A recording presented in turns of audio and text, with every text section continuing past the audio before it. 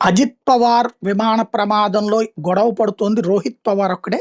ఇప్పుడు మరొక కీలకమైన ఆరోపణ చేసుకొచ్చాడు. విమాన ప్రమాదంలో మహారాష్ట్ర ఉప ముఖ్యమంత్రి అజిత్ పవార్ మరణానికి సంబంధించిన కేసు కొత్త మలుపు తీసుకుంది. విమాన ప్రమాదం వెనక పెద్ద కుట్ర ఉందని బెంగుళూరు హైగ్రౌండ్స్ పోలీస్ స్టేషన్‌లో కేసు నమోదైంది. అజిత్ పవార్ అల్లుడు ఎన్‌సీపీ శరద్ పవార్ ఎమ్మెల్యే రోహిత్ పవార్ ఇచ్చిన ఫిర్యాదు మేరకు బెంగుళూరులో జీరో ఎఫ్ఐఆర్ నమోదు చేశారు. ఇది కేవలం ప్రమాదం కాదని, దీని వెనక పెద్ద కుట్ర దాగి ఉండొచ్చని రోహిత్ పవార్ అనుమానించారు. ప్రమాదానికి కారణమైన విమానం ప్రయాణానికి అనుకూలంగా లేదని డీజీసీఏ నివేదిక వెల్లడించినట్టు గుర్తు చేశారు. విమాన ఇంజిన్ కాలపరిమితి ముగింపు దశకి చేరుకున్నప్పటికీ వాణిజ్య వినియోగానికి ఉపయోగించారని ఆరోపించారు. అమెరికాలో సేవలకు స్వస్తి పలికిన విమానాన్ని భారతదేశాన్ని తీసుకొచ్చి ఉపయోగించారని విమర్శించారు. విమాన సమయాన్ని కూడా తక్కువగా చూపించారని, వాస్తవానికి విమానం 8,000 గంటల కంటే ఎక్కువసేపు ప్రయాణం సాగించినట్టు తెలుస్తోందన్నారు. చీఫ్ పైలట్ సుమిత్ కపూర్కి మద్యం అలవాటు ఉందని, గతంలోనే ఆయన సస్పెండ్ చేశారని కూడా రోహిత్ ఆరోపించారు.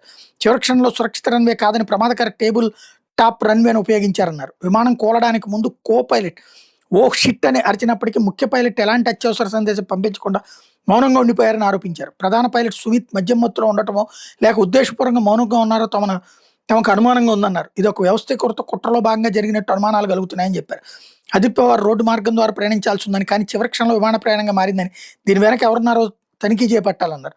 ప్రమాదం జరిగిన బారామతిలో దట్టమైన పొగమంచు అలుముకుందని, కనిష్టంగా 5 కిలోమీటర్ల విజిబిలిటీ లేకపోయినప్పటికీ ల్యాండింగ్కి అవకాశం ఇచ్చారని, కల్పించింది ఎవరని ప్రశ్నించారు. వాస్తవంగా ఇది జరిగింది మహారాష్ట్రలో అయినప్పుడు ఇక్కడ ఎట్లా కంప్లైంట్ తీసుకుంటారు? ఊరికనే జీరో ఎఫ్ఐఆర్ కట్టారు.